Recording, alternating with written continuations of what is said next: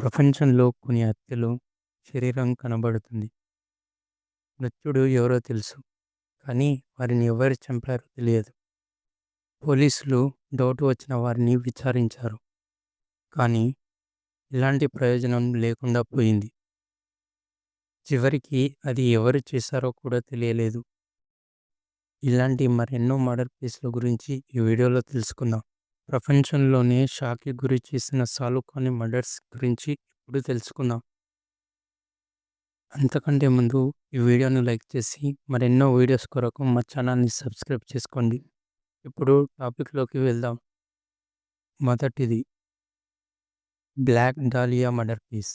1947 జనవరి 15న అమెరికాలోని Los Angeles నగరంలో ఒక మహిళ డెడ్ బాడీ దొరికింది.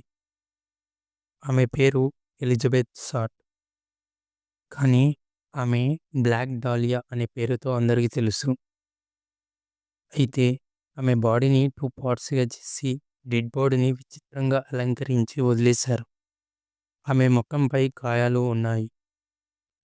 ఆమెను అలా ఎవరు చేశారని పోలీసులు అక్కడ ఉన్న ప్రజలను విచారించారు. కానీ ఎలాంటి ప్రయోజనం లేకుండా పోయింది. ఇంకా ఈ కేసు గురించి మోటివ్ ఏమిటో ఇప్పటికీ తెలియదు. అయితే ఈ మర్డర్ గురించి చాలామందికి సంబంధం ఉన్నట్టు చాలామంది ఒప్పుకున్నారు. కానీ ఏ ఒక్కరి మీద ఆరోపణలు అలాగే ఆధారాలు దొరకలేదు.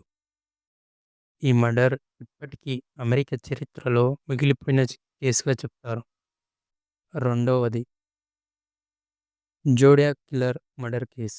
ఇతను 1960 చివరిలో అమెరికాలోని కాలిఫోర్నియా నగరంలో ఒక మానసిక రోగి అయిన హంతకుడు ప్రజల్ని హత్య చేస్తూ న్యూస్ పేపర్స్‌కి వివిధమైన కోట్స్ పంపించేవాడు. అతని పేరు జోడియాక్ కిల్లర్ అని తనను తానే పిలుచుకున్నాడు.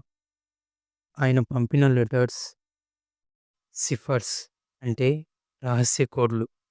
ఇవి చాలామందిని సైకాలజీగా చాలా డిస్టర్బ్ చేశాయి.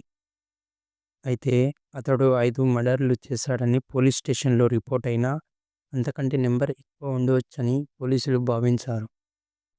అయితే ఇది ఇలా ఉండగా క్లర్క్ అనే నిందితుడిపై కొంతకాలం అనుమానం పడ్డారు. కానీ అతనే చేశాడని నిరూపించలేకపోయారు పోలీసులు. ఇలా అమెరికాలో ఇంకో మర్డర్ కేసు సాల్వ్ కాలేదు. మూడవది Jon Benet Ramsey murder case. 1996 December 26న అమెరికాలోని కొలరాడో స్టేట్లో ఒక చిన్న అమ్మాయి హత్యకు గురైంది.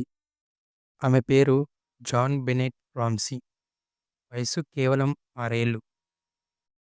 ఆమె ఒక బ్యూటీ క్వీన్ కంటెస్టెంట్. ఆమె చనిపోయాక ఒక ర్యాన్సమ్ లెటర్ కనిపించింది. ఇందులో 5 పేజీలు ఉన్నాయి. వెంటనే పోలీసులు ఆమె యొక్క పేరెంట్స్‌పై అనుమానం పెట్టుకున్నారు.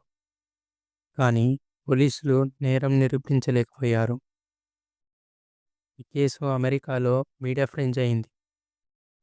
అయితే దీనిపై చాలామంది వారి యొక్క అభిప్రాయాలను చెప్పారు.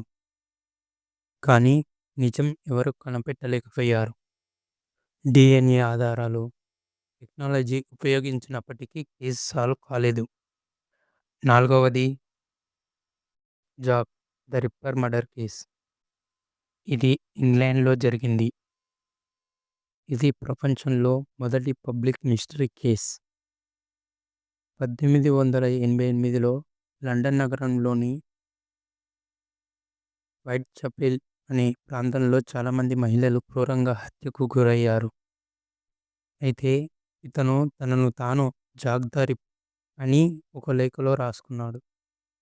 అలా అతని పేరు వచ్చేసింది.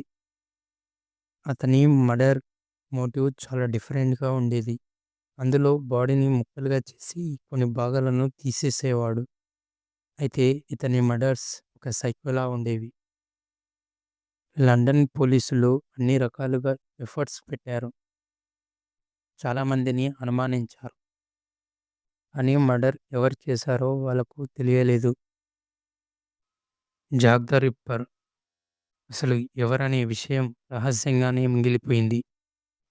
ఐదవది ద హంటర్ కైఫే మర్డర్ కేస్ 1922లో జర్మనీలోని ఇంటర్కైఫెక్ అనే ఊరిలో కుటుంబంలో 6 మంది తమ ఇంటి లోపలే నిద్ర ఉండగానే హత్య చేయబడ్డారు. వాళ్ళ ఇంట్లో జీవించిన ఆండ్రియాస్ గ్రూబర్, అతని భార్య, వాళ్ళ అమ్మాయి, వాళ్ళ మరిది, 2 చిన్న పిల్లలు, ఇలా ఎవరిని వదలలేదు.